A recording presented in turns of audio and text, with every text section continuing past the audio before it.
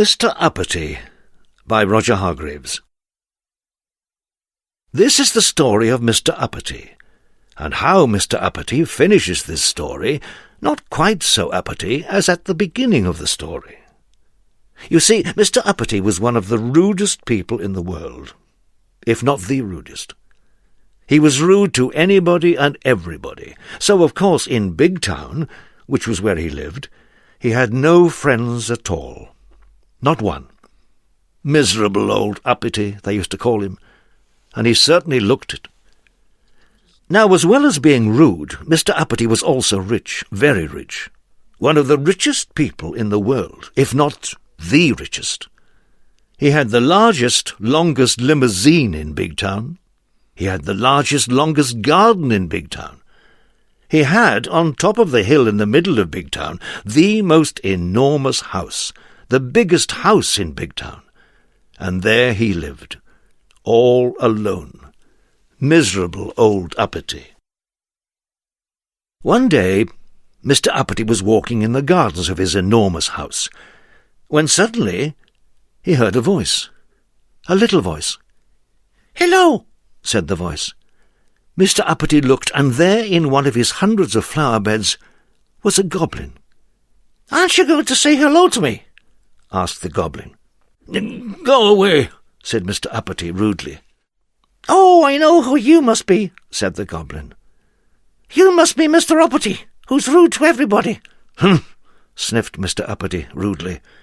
"Well, I know somebody who wants to meet you," said the goblin, and skipped off, the way goblins do. "Come on," he called over his shoulder. Mr. Uppity's curiosity got the better of him. He followed. "In there," said the goblin, pointing at a small hole in a tree. "Don't be silly," snorted Mr. Uppity. "Oh, I'm not being silly," said the goblin.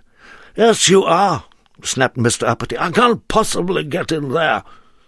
"Aha!" smiled the goblin. And then he said a magic word, known only to goblins, which sounded like wobbly gobbly gook, or something like that. Suddenly, Mr. Uppity started shrinking. He shrank and he shrank until he was exactly the same size as the goblin. "Turn me back to my proper size at once," spluttered Mr. Uppity in a rage.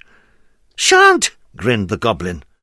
And so saying, the goblin climbed through the hole into the tree. Poor Mr. Uppity didn't know what to do, so he followed him. Inside the tree there was a staircase, going down and down. Do you know where it led to? It led directly to the kingdom of the goblins. That's where. "I demand to be taken immediately to whoever is in charge," said Mr. Uppity angrily. "Oh, you shall, grinned the goblin. And he led Mr. Uppity through the streets of the kingdom of the goblins until they came to a palace. "Halt! Who goes there?" cried the goblin sentry at the gate. "I have brought Mr. Uppity," said the goblin. "Oh," said the sentry, and smiled. The goblin and Mr. Uppity passed through the gates and into a courtyard, and through some more gates, and along a long corridor, and through some large gold doors, and into a huge room. There, sitting on a gold throne, was the king of the goblins. "Your Majesty," announced the goblin, bowing low, "may I present Mr. Uppity?" "Ah," said the king, "so you're the fellow who goes about being rude to everybody and doesn't have any friends." "Nonsense," said Mr. Uppity rudely. "I can see that what I've heard is true," said the king, looking at the indignant Mr. Uppity. "You're much too puffed up with your own importance. Therefore," he continued, I am going to allow you to be turned back to your proper size. But when you get back to Big Town, if you're rude to anybody at all, you will immediately shrink to the size you are now. Do you understand?"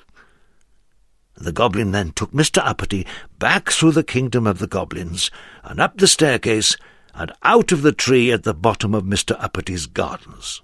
The goblin looked at Mr. Uppity and said something which sounded like "Googly boogly bow," or something which is probably "wobbly gobbly gook," said backwards, and Mr. Uppity grew and grew back to his original size. "Now remember what the king said," warned the goblin. "Don't be so uppity in future." Mr. Uppity marched off furiously up to his enormous house. The following day, Mr. Uppity was out walking through the streets of Big Town. Suddenly he came across a little boy playing with a ball. "Get out of my way," snapped Mr. Uppity rudely. But as soon as he'd said it, you know what happened, don't you? Yes, Mr. Uppity shrank and shrank until he was no bigger than the ball the boy was playing with. "Oh dear," he gasped, and then he thought. "I'm sorry," he said to the boy. "What I meant to say was, please could I get past?" Immediately Mr. Uppity grew to his original size, and the boy moved, and Mr. Uppity went on his way. Then he met an old lady carrying a large shopping basket. She was late for market. "Excuse me," she said to Mr. Uppity. "Could you tell me the time, please?" "No," said Mr. Uppity rudely. But as soon as he'd said it, you know what happened, don't you?